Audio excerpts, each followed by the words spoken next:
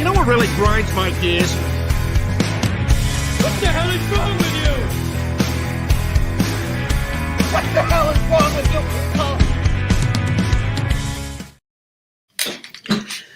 you? Good evening, everybody. Welcome to another episode of Ryno's Rants. We have another week into the 2023 NFL season and another disappointment by our Minnesota Vikings yesterday at US Bank Stadium. Good evening, Reggie. Good evening, Doc. Just another one of those, good evening, Josh. Just another one of those games of missed opportunities and mistakes and, just stuff that, again, should be easily correctable, yet it's not. And you can't make mistakes against a team as good as Kansas City and expect to win, especially when they have, questionable officiating that may or may not lean one way or the other in the game. Good evening, Ryan. Started off great. First play from scrimmage, 15-yard pass to Josh Oliver, who then promptly coughed the ball up, threw it on the ground, just like so many of his teammates in prior weeks. Ball security on this team is non-existent. I don't know what the hell is going on. This is basic high school level shit, and these guys can't hold on to the ball. You can only go so far with saying, it's unlucky bounces and bad breaks and stuff like that. We are 5 weeks through the NFL season. It is not fluky. It is not just one of those bad luck things. It's a trend. It's discipline. It is fundamentals and basics of football that these guys aren't doing. Mentioned this, Lance and I were talking about this the other day. I am fully in favor of every one of these skilled offensive position players, the wide receivers, the running backs, the tight ends, walking around Egan with a ball in their hand.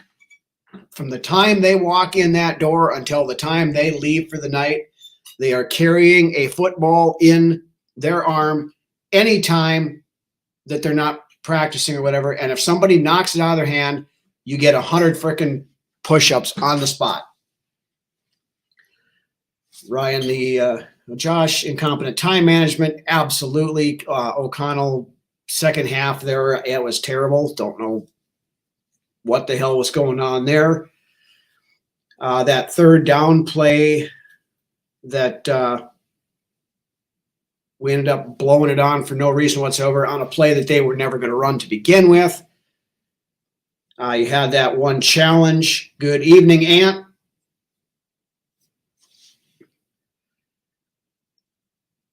We are paying Hawkinson to make big-time plays. We are, and Hawkinson has been as guilty as anybody on this team for his lack of concentration. Apparently, he's forgotten how to catch the ball. I don't know if that loaded-up wallet is setting his center of balance a little bit more than the vertigo he had in preseason is, but something's going on there. Again, another comment, Ryan, here. Officiating didn't lose us the game. KOC did. I won't argue that point, but at that end of the game, when they pick up that pass interference penalty that was pass interference, I don't care what they say. The ball wasn't tipped. It was pass interference. And then when Zadarius Sneed, or whatever his name is, took his helmet off, that's a 15-yard penalty, and all he did, the official told him to put his helmet back on. 2 right there. There was also that pass interference on Harrison Smith on 4th and 1, where I believe it was Valdez Scantling he was on. Actually, I watched the play today. He actually grabbed Harrison Smith around the neck and clotheslined him, and they called defensive pass interference on that. Good evening, Nick. Need a new play caller, Ant. I don't disagree with that. I think that we should be giving that duty over to Wes Phillips and see if he could do anything different. Trader would start over, but I want Bowers even more now. Yeah. But again, a few other things on the just from the game part itself here. Of course, the biggest problem, injuries throughout the game. Of course, Caleb Evans got banged up a couple of times, but even worse, Justin Jefferson likely to miss time. Hey, good evening, Dave. Good evening, Stephen. Justin Jefferson, have not heard results, but he was going in for an MRI today, but he's got a hamstring injury, which for anybody who's had a hammy problem, that hamstrings don't usually cure themselves in a matter of 3-4 days time. So if I was to guess, Justin Jefferson misses the Chicago game and very likely at least one more after that.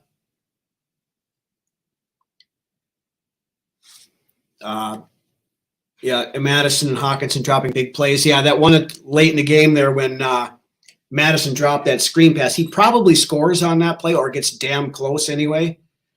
And,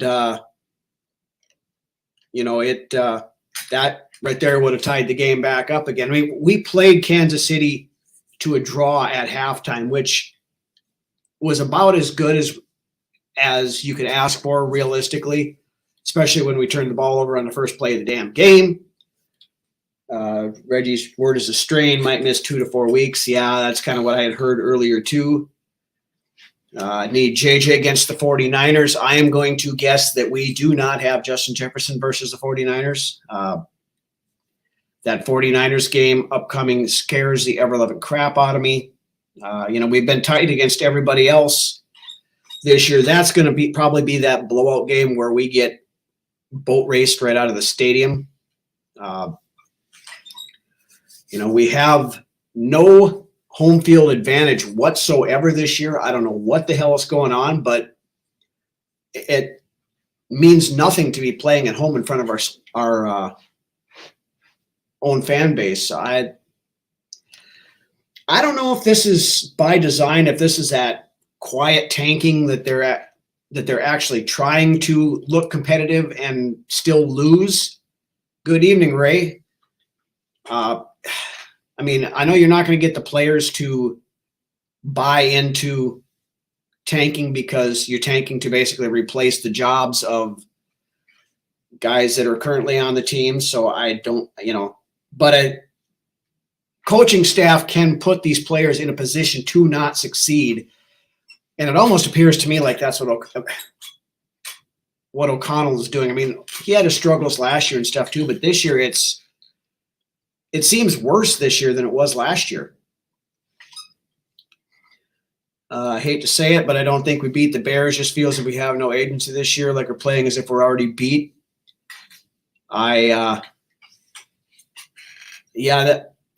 not going to go out there and say that we beat the Bears. I mean, the Bears put up 40 points on last Thursday, and they put up, I think, Fields threw for 3 touchdowns the week before. So he has, I think Fields might finally be starting to find his groove a little bit in that West Coast offense.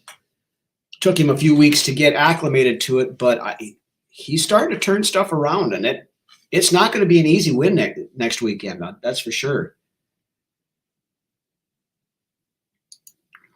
By design, give me a break. I'm just throwing that out there, Roman. I am not saying that that's what they're doing, but it almost seems like it at times. Steven, if we lose the next 2, do we tank officially the rest of the year? The Wilfs are never going to sign off on an official tank. And, the NFL, especially if it's being Minnesota, now if it was, say, Kansas City or somebody that was going to tank, they would never say anything there. But if the Vikings got caught trying to tank, we'd lose fucking draft picks or something like that, some stupid BS.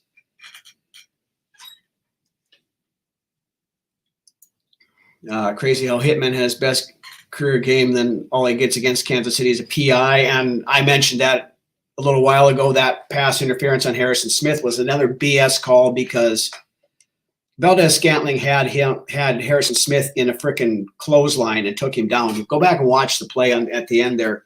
If anything, it should have been offensive pass interference, not DPI. Vikings don't want to lose. I think deep down, probably, I know the Wills don't want to lose, and I'm guessing Kevin O'Connell doesn't want to lose. Kwesi may secretly be okay with it because it's part of that competitive rebuild plan, that kind of stuff either. Yeah, they don't want to lose. They don't want to win either. That's appears to be the fact. I mean, when you get out or when you out stupid the coach or coaching when we played the Chargers, who gave us the game, and then we like, nope, you take it back. We insist. Yeah, Fields has found his groove. Caleb Williams isn't going to Chicago. That's a good point, Ant. And hopefully Justin Fields plays just well enough to give them hope that he can be the quarterback that they think thought he could be.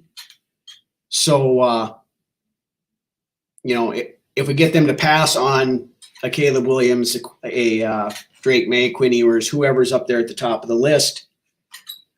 Clock management yesterday was horrific too. The clock management has been horrific most of the season. I mean, here again, you go back to that Chargers game where they couldn't spike the ball in time to get the plays off and all that other garbage. And it's just a comedy of errors this team is making. And it's stuff that professional teams should not be doing. I mean, I'm starting to, the honeymoon period on Kevin O'Connell is going to start coming to a screeching halt here very quickly if they don't turn things around. Think of the Oklahoma quarterback. I didn't get a chance to watch a ton of that game on Saturday. What I did, I thought he looked okay.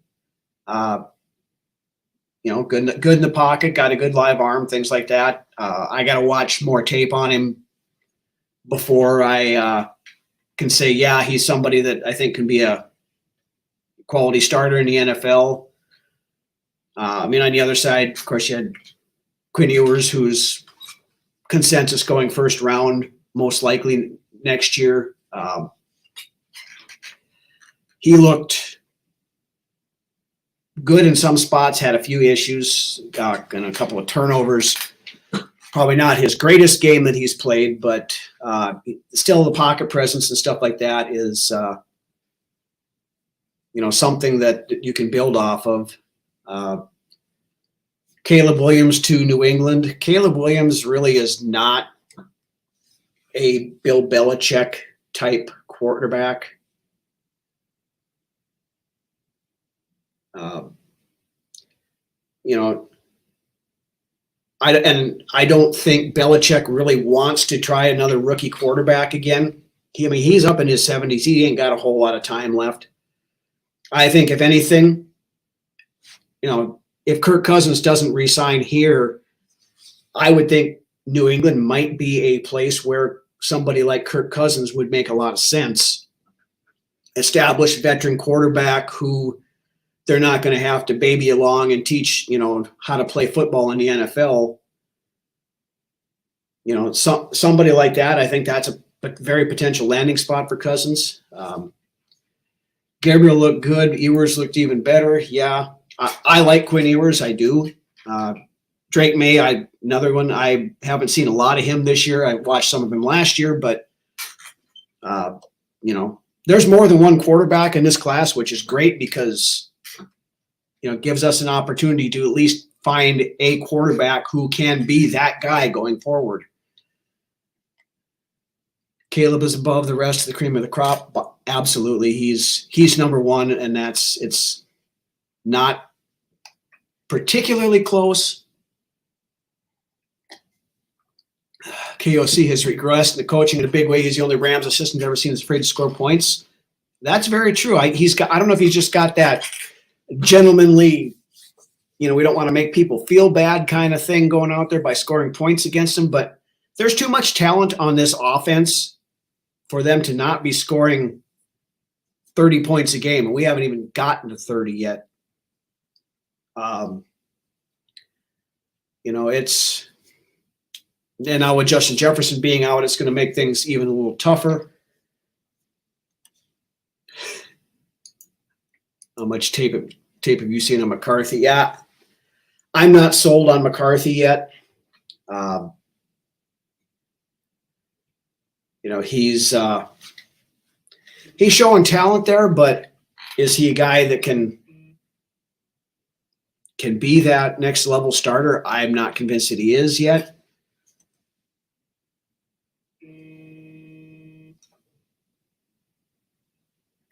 If we get a new quarterback, do we lose Jefferson? I don't think so. I mean, Jefferson's going to play with a quarterback other than Kirk Cousins at some point in his career, because Kirk, he's 35 now. He's probably got 3 more years, maybe 4 on there. And it's not like Kirk's going to go someplace and Jefferson's going to follow him along like a lost puppy. It's going to be Jefferson is going to be here. He wants to see what the plan at quarterback's going to be. Now, if they decide that they're going to go out there and do the Band-Aids, throw the Gardner Minshew's of the world, or, those bridge starting quarterbacks and have no real plan, then I think there's a concern with Justin Jefferson. But if they have a planning in place showing, that they're going to go get, a Caleb Williams, a Drake May, a Quinn Ewers, somebody like that, one of these top quarterbacks, then I think he's going to be fine with everything, and things will be, he'll sign his contract extension. Everything will be great and wonderful. Caleb makes the game harder on purpose for a challenge. It's crazy. Imagine that, a coach of a team named after Vikings being worried about feelings. I don't know if that's the case or not, but it just seems like he doesn't have that killer instinct, where Zimmer, before he didn't want the offense to do anything. He just wanted them to score enough points so his defense could, go out there and win the day. O'Connell being an offensive mind, you'd think offensive minds are going to want to score as many points as possible, but yet it doesn't seem like we want to do that. Hey, Chuck, good evening. A little disappointing with some of the offensive play calling, bit surprised actually the offensive head coach, just what I was saying right there. Couldn't agree with you more on that, Chuck. It's head scratching. It just makes no difference. It doesn't. I don't get it. It's just, and figures that all the other guys that have been around Sean McVay go and turn out someplace, especially their offensive guys, and we get the one guy that can't figure it out. But James, good evening. Thought KOC was supposed to be benching players when they fumbled. That's what he said. They're going to, but I've yet to see anybody lose any meaningful snaps due to dropping the ball. It's until they actually do something about it, talk is cheap. And if you're not going to follow through with it, then don't even say it, because if you threaten and don't do it, the words fall on deaf ears and it doesn't fix anything. But a couple of good things, though, from the game. I did like that fake punt that we ran, direct snap to Metellus, and then the handoff to Ty Chandler. That was good. I liked that play. That was, perfectly timed, perfectly placed, and worked out well. The offensive line actually played semi-decent yesterday. Bradbury was back for most of the game. I thought he played pretty well coming back. Ingram didn't look terrible. I think he had, There was one play, I believe, that he let his guy through and that blew the play up, but he was marginally better anyway.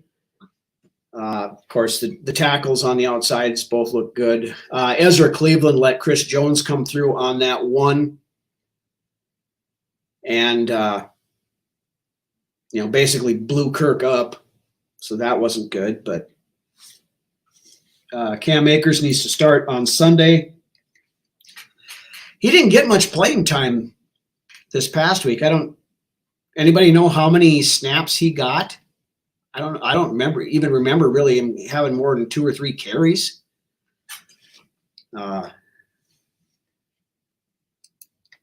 This is a very good point here, Ryan. Kwesi's right-hand man is Ryan Gregson, the man that ruined Andrew Luck. Get him out of the building before we draft a quarterback of the future. I was never a fan of bringing Gregson in when we hired him last year. Just being there as a consultant, okay, fine. But I'm not a big fan of him either. Akers doesn't drop that pass. Probably not, but unfortunately we are not, or, we'll never know because he wasn't out there.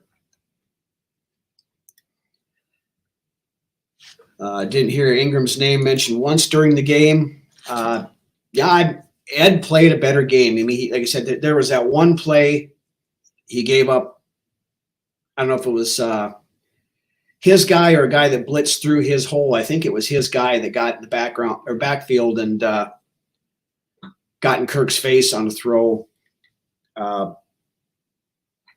So it wasn't a perfect game, but there was improvement in Ingram this week. And for as much as I rip on him, when he has a decent game, we'll give him kudos for having a decent game. Also didn't hear Reisner once during the game. I'm pretty sure Reisner's not even there.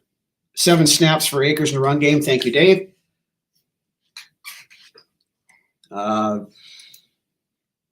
Main problem is now they're all thinking about it, worrying, just play like you're done since Pee Wee and not think about it. Good point, Doc.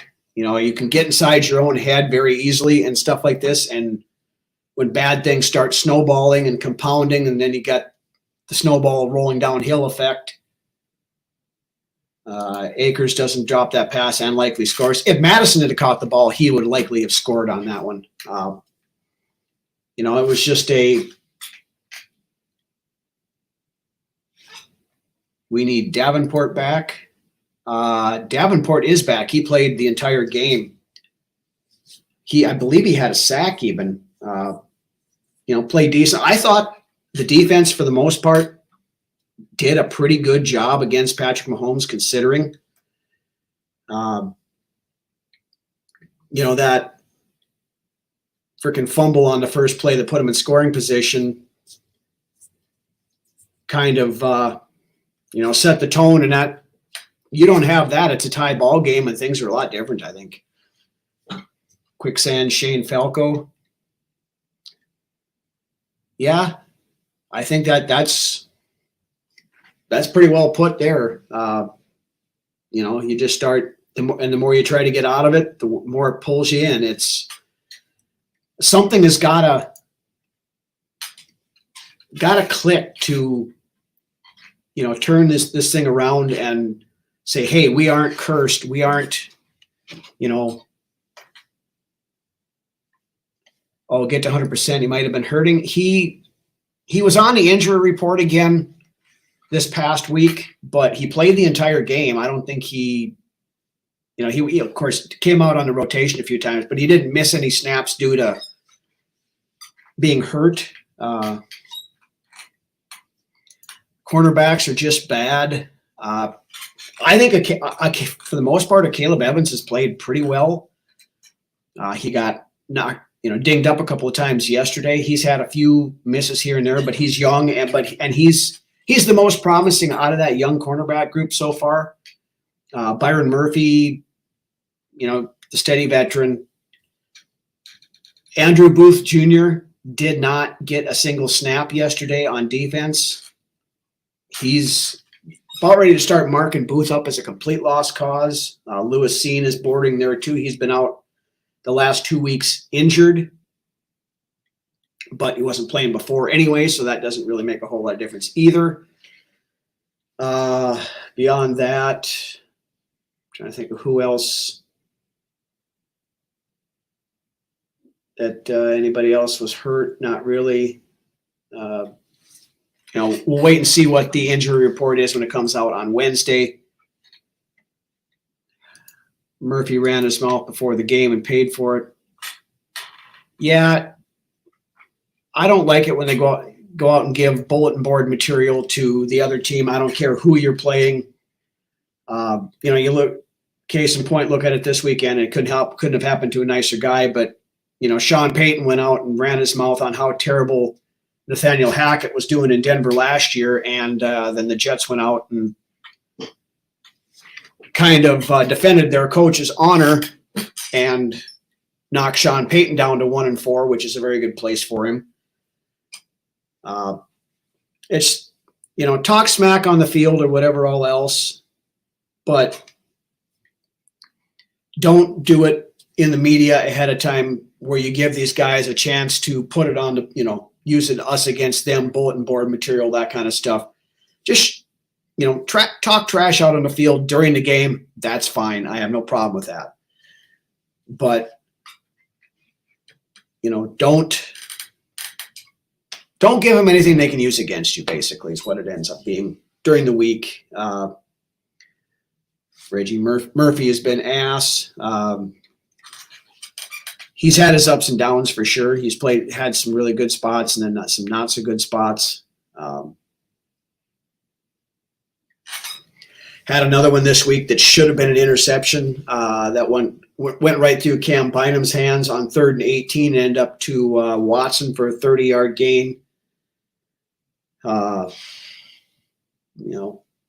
Josh Oliver dropped one right through his hands in the fourth quarter. Of course, that one in Madison that he dropped. It's first time on your live. Dig it well. Appreciate it there, Roman, and glad you're with us because we do this every Monday live, and it's a lot of fun. And we, we do the comments and stuff for you guys and talk about that. That's what this show's all about, and that's why I do it, because I love getting the interaction with you guys. Caleb Evans is just like Eddie Murphy's Ritz cracker bit. Much like if you've been starving and you eat a Ritz, it's the best meal ever. Evans looks good because the other young guys suck.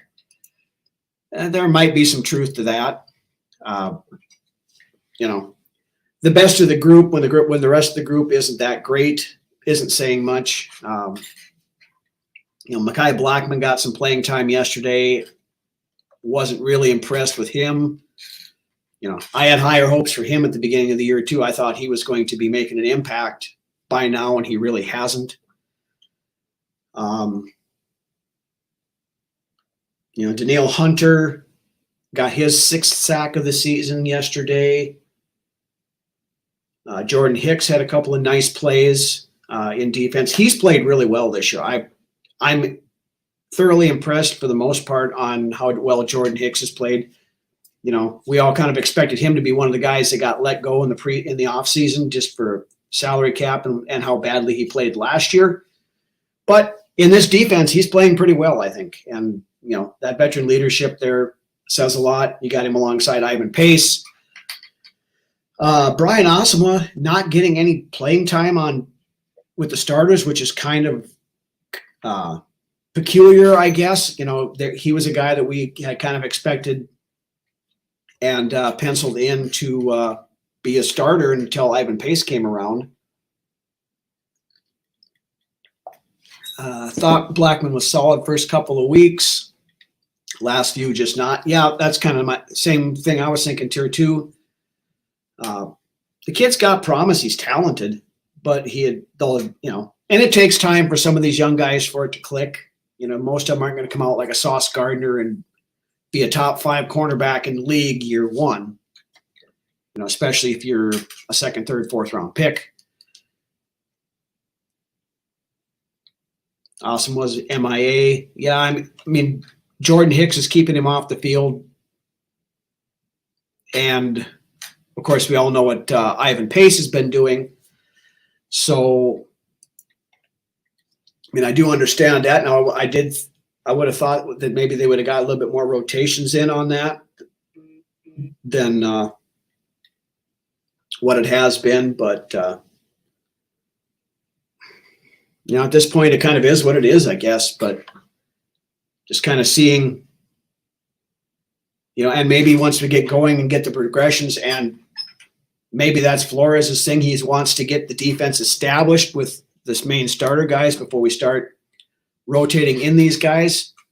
The biggest downside to that is if somebody gets hurt and you got to have, like when Evans went down for a while, if these guys aren't getting the experience and stuff, and you got to throw them in there cold, then, they're toast out there a lot of times. But it's, I don't know, this team right now, it's just so frustrating. We all thought that the defense was going to be the question mark, at least early on in the season, and we weren't going to have to worry about the offense at all. By and large, the defense has held its own. We've been, every game's been a one-score game this year so far. The defense is keeping it close enough to where our offense should be winning us games, and they're not. Whether that's a Kevin O'Connell issue, whether that's the fumbling and fundamentals and guys that can't hold on to the ball. Yes, TJ Hawkinson, I'm talking to you, Alexander Madison as well. Mentioned Brandon Powell, great game for him. Yeah, he got in there, especially after Jefferson got hurt. He got in there and he made some plays. It wasn't, nothing jumping off the page spectacular, but he was solid. He made a couple of nice catches, had that one end around run that he did. And he's going to be called on to step in and make more plays and stuff here for the next 3-4 weeks while Jefferson is rehabbing his hamstrings. So imagine if Brandon Powell leapfrogs into the wide receiver. Let's not get carried away on that, Anthony. I mean, I know Osborne has had his ups and downs. He had that touchdown pass early in the game that he wasn't even looking for. If he'd been looking for it, he'd have caught it. We'd have got 7 instead of 3.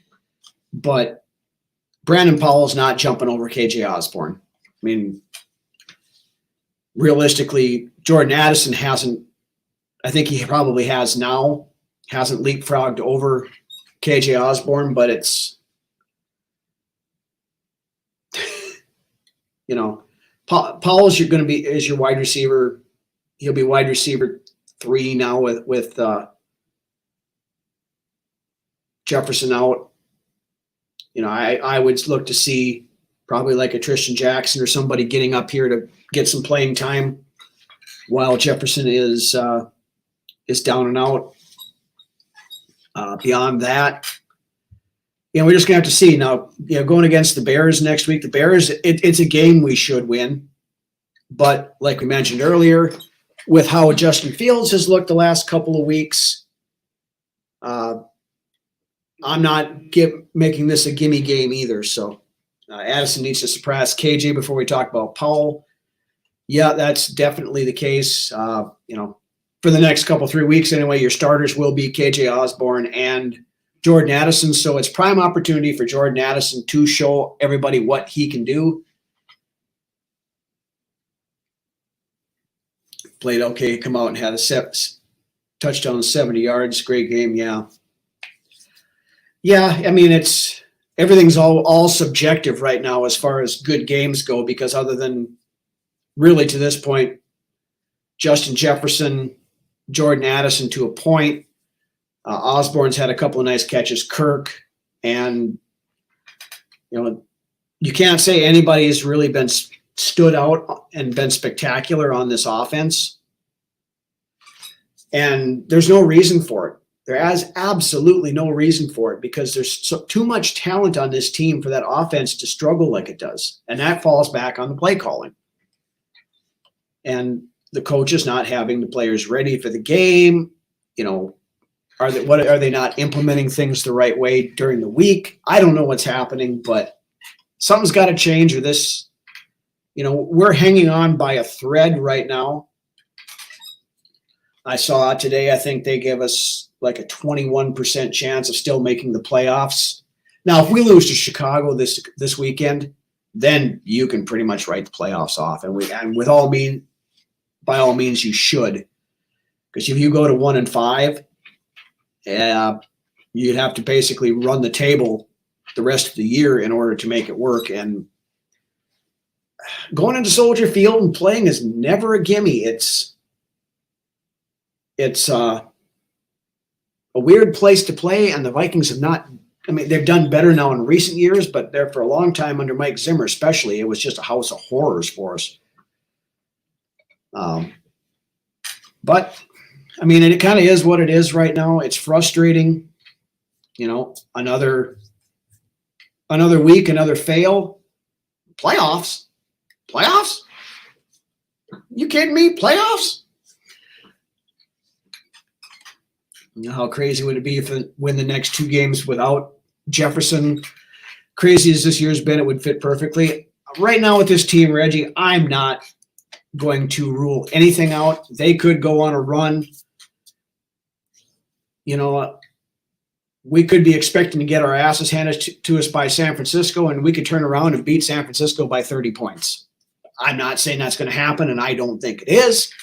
But, it is what it is at this point. Hard to say, you can't put your finger on this team, and that's the problem. And I don't know if they can put the finger on what's causing these issues other than there's a lack of, they supposedly had all these master classes in situational football and stuff.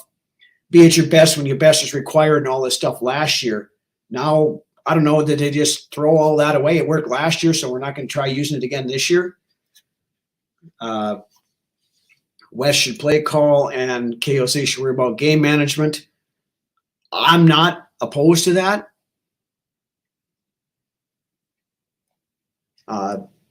Might need to try something here. Addison's going to shine in the spotlight. He's got every opportunity to do so here the next couple of weeks, because he's going to be the guy, I think. And I think Kirk trusts him, so that's going to help. And, if he can put up – I'm not expecting him to put up Jefferson-like numbers, but, if he can put up a solid 70, 80 yards a game – that's going to go a long way into at least keeping the ship afloat until Jefferson gets back anyway. I wish we could skip the San Francisco game. Not looking forward to that one.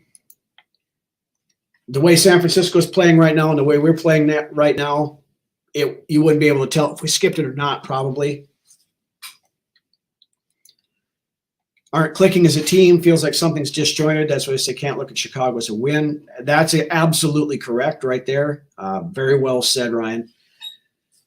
I don't know. I don't know. I can't put my finger on what it is. We can all look at it and see, the lack of ball control, the lack of concentration, dropping easy catches, doing all that other stuff that we're not doing right now. But how do these guys forget how to do that? They're professional football players. They've been doing this since they were 7, 8 years old, most of these kids, if not younger than that. And all of a sudden, you're going to forget how to catch the ball. You're going to forget how to hold onto the ball.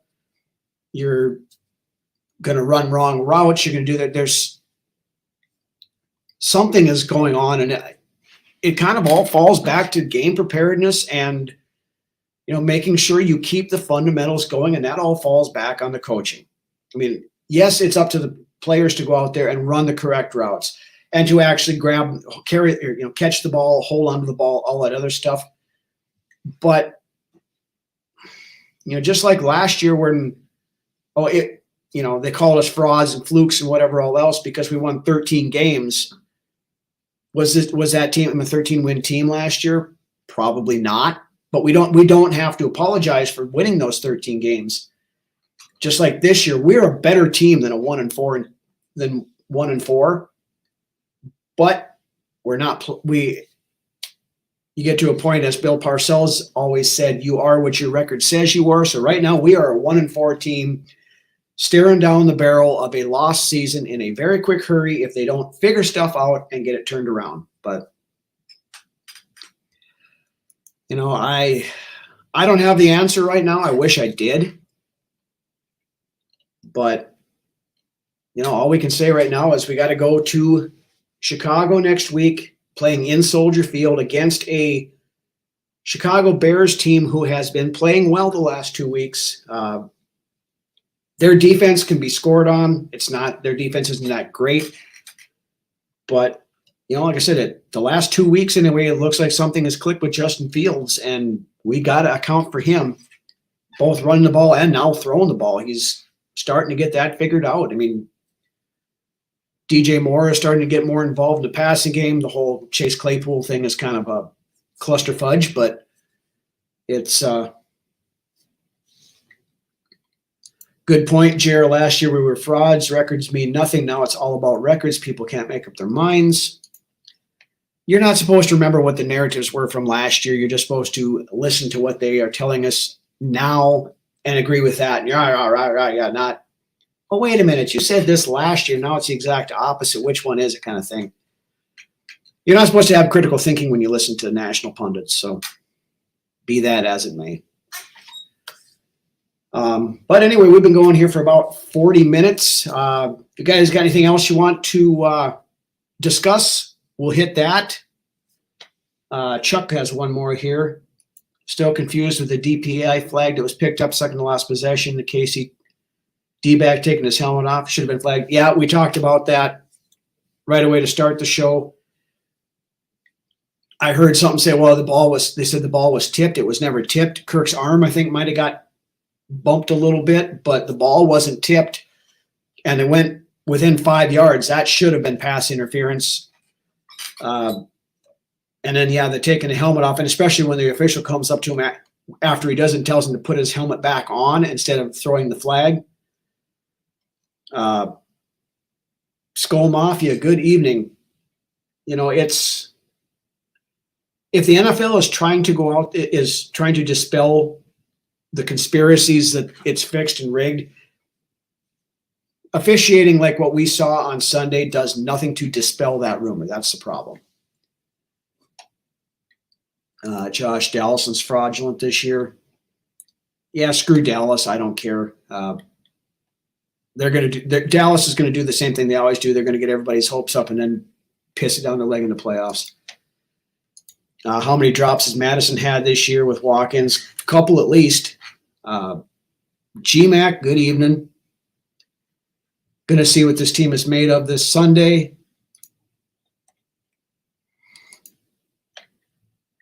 Where our psyche and our heart are. Yeah, because if we lose to Chicago, season's done. Third missed call on that play.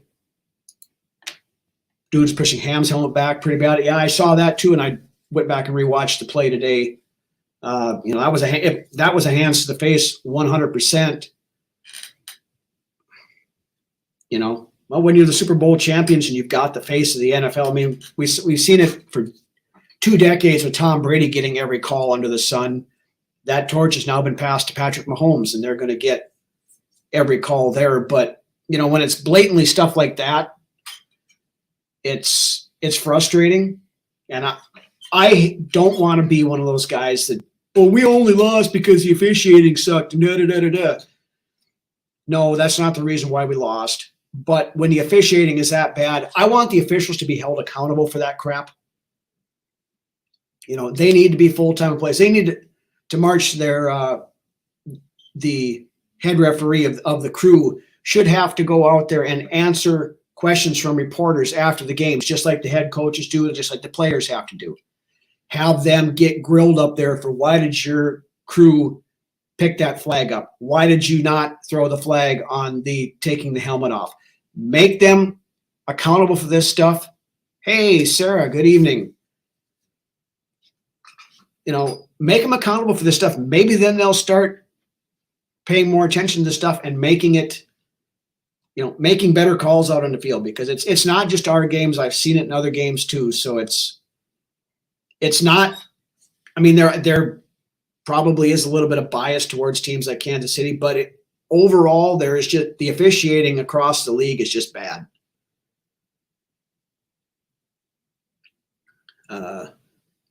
We blow Chicago out, so it'll be like 28-20. It was one beer in when Oliver fumbled. Maybe Oliver was a beer in too. Maybe that was the problem. Getting killed by San Francisco on a Monday night. Right now, I have a very bad feeling about that one.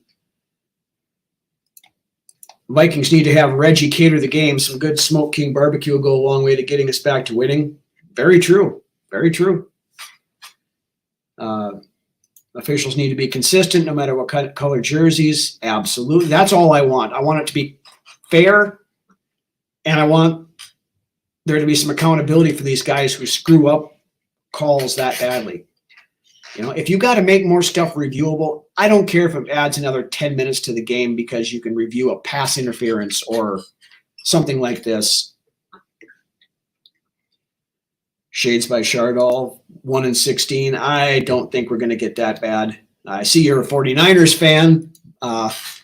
You guys are probably the class of the NFC right now. I'm not going to argue that point, but Vikings are going to win some games. They're not going to go 1-16. Odds are we're going to win just enough games to put us out of position to grab a quarterback without trading up. Officials have very little accountability. That's why they suck and nothing bad happens. That's exactly right, GMAC. That's why I was getting to that point where the head of the crew needs to go out there and do a press conference at the end of every game. Would be my first rule implemented if I was if I was Roger Goodell for a day. We'll give San Francisco a better game than Dallas. I sure hope so, because that one was awful.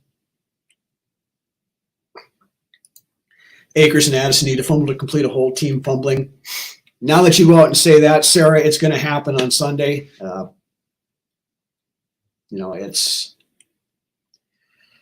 got to get that figured out. Tank for Caleb. Yeah, the Vikings aren't going to tank. Their ownership group, the Wilfs, would never sign off on an official waving the white flag on the season. They're going to, say we're going to go out there and try to win games up until the end of the year, even if the playoffs are out of reach, just because the Wilfs are deathly afraid of having empty seats in the stands at US Bank Stadium.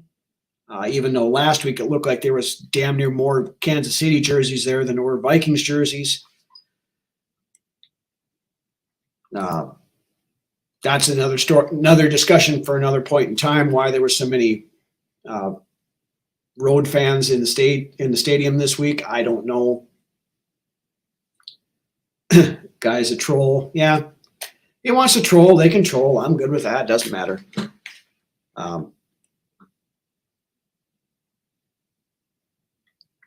Don't need to tank. Just continue playing how we've been playing. That's exactly right, Sarah. I made the joke earlier about the quiet tanking, or, the coaching staff and the GM are in on the tank, just, not putting our players in positions to be successful and letting the games fall where they may. It's not tanking if you just suck. Yeah. Yeah. Think we'll be able to get Ewers or Penix without having to go crazy with the trading up. Probably the way we're looking. I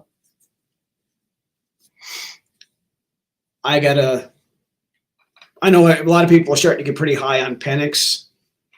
Before he got out there, he wasn't near as effective. Now, is that a natural progression, or is it the system he's in?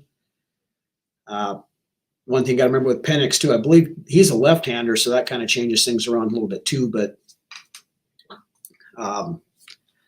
we got a long time yet to evaluate quarterbacks before the draft. But doing our due diligence along the way is definitely not a bad idea.